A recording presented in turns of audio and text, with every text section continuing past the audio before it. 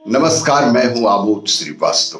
Amazing thought, amazing message, amazing information की दिशा में आज एक कदम और आगे।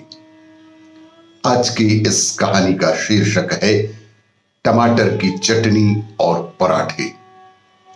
आपको ये मेरा वीडियो अच्छा लगे तो लाइक करें, शेयर करें और लाल बटन दबाकर सब्सक्राइब अवश्य करें। साथ ही बेल आइकन दबाना बिल्कुल ना भूलें।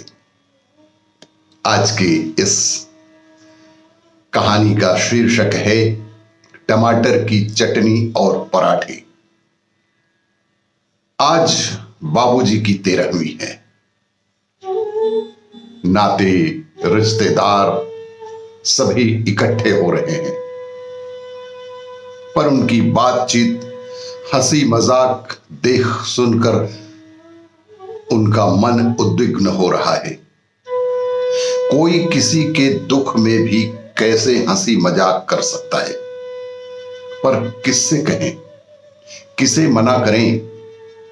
इसीलिए वह बाबूजी की तस्वीर के सामने जाकर आंख बंद करके चुपचाप कुछ देर के लिए बैठ गई। अभी 20-25 दिन पहले की ही तो बात है।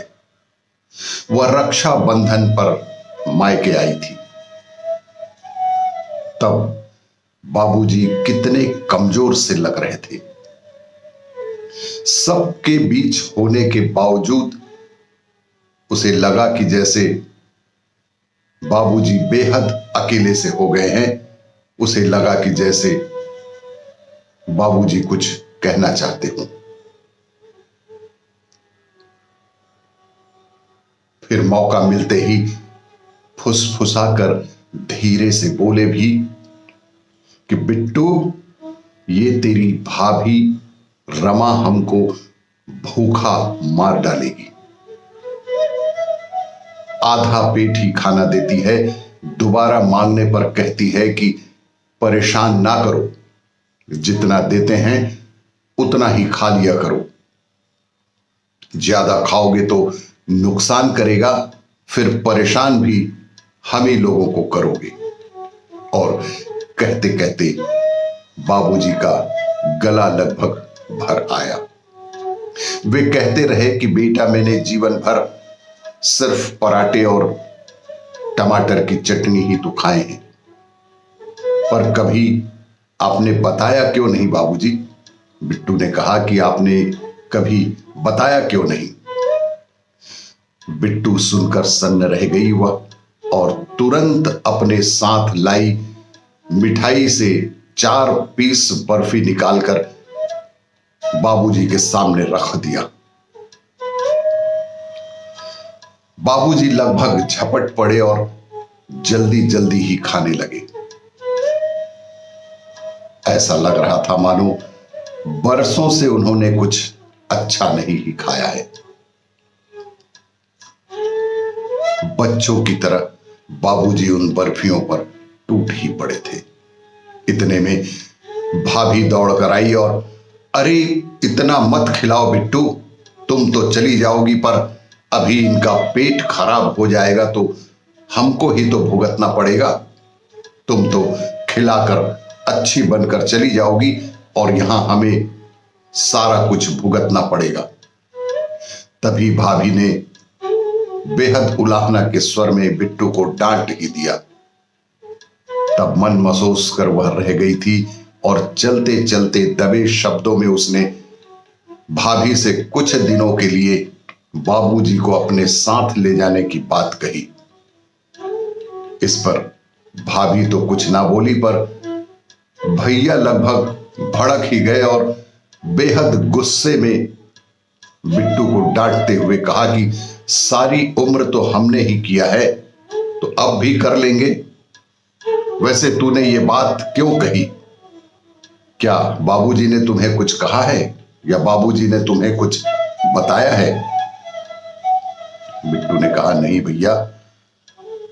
वह थोड़ी हड़बड़ा सी गई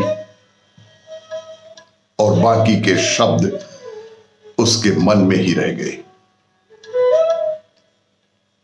बड़े भाई से सवाल जवाब कर भी कैसे सकती थी। बचपन से ही बेटियों को भाइयों से दब कर रहने का संस्कार जो कूट कूट कर भर दिया जाता है, और इस पर आज भैया का गुस्सा बेहद ही आश्चर्यजनक था। पर जाते जाते उसने एक बार पलट कर देखा तो उसके जन्मदाता पिता कातर निगाहों से उसे ही देख रहे थे। तब क्या पता था कि ये उनकी उनसे आखिरी मुलाकात होगी। इसके 5 दिन बाद ही खबर मिली कि बाबूजी की हालत बेहद खराब है, वो अस्पताल में हैं, आकर मिल जाओ। भैया ने साफ शब्दों में कहा कि मिलना चाहो तो आकर मिल जाओ। सुनकर छटपटा उठी बिट्टू और दूसरे ही दिन उनके पास पहुंच गई। बाबूजी लगभग अर्ध मूर्छित से पड़े हुए थे, उसको पहचान भी नहीं पा रहे थे। बिट्टू पिताजी के कान में फुसफुसाई और बोली कि बाबूजी देखिए, मैं आपकी बिट्टू आ गई हूं। कई बार आवाज देने पर बामुश्किल उनकी आंखें हिली और बिट्टू को देखते ही उनके मुख से कुछ अस्पष्ट सी आवाज, भूख भूख टाइप की आवाज सुनकर थोड़ी उसे अच्छी भी लगी और बुरा भी लगा। मानो बरसों के प्यासे को जी भर के पानी पीने को मिल गया हो। बिट्टू ने खुश होते हुए कहा कि बताइए बताइए बाबूजी, क्या खाना है? और पूछते पूछते उसकी आंखें भर आई। बाबूजी ने बेहद लड़खड़ाती आवाज में कहा कि टमाटर की चटनी और पराठे। लड़खड़ाती आवाज में बाबूजी के मुंह से सिर्फ इतने ही बोल निकले। तत्क्षण उसने इंतजाम भी किया। तुरंत टमाटर की चटनी और पराठे लाए गए, लेकिन बहुत देर हो चली थी और बाबूजी बिना खाए ही चले गए। अचानक से उसके कान में आवाज आई, बिट्टू चलो खाना खा लो। अचानक भैया की आवाज सुनकर वह चौंक पड़ी। खाना? वह धीरे से बोली, भैया अभी तो मुझे बिल्कुल भी भूख नहीं है, मैं कुछ भी नहीं खा सकती। हाँ बिट्टू, लेकिन पहले मानदान को खाना होता है, तब फिर परिवार के सारे लोग खा पाएंगे। तो थोड़ा सा ही सही, वे असहज होते हुए बोले और लगभग गुस्से में बोले कि तुम मानदान नहीं खाओगी तो बाकी के परिवार के लोग कैसे खा लेंगे? वह कुछ ना बोली, चुपचाप उठकर मानदान वाले बिछे आसन पर बैठ गई। थाली में तरह तरह के पकवान परोसे जा रहे थे। उसकी आंखों से आंसू बह निकले।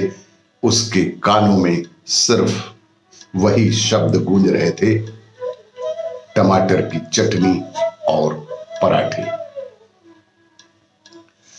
आपको ये मेरा वीडियो अच्छा लगे तो लाइक करें, शेयर करें और सब्सक्राइब अवश्य करें। धन्यवाद।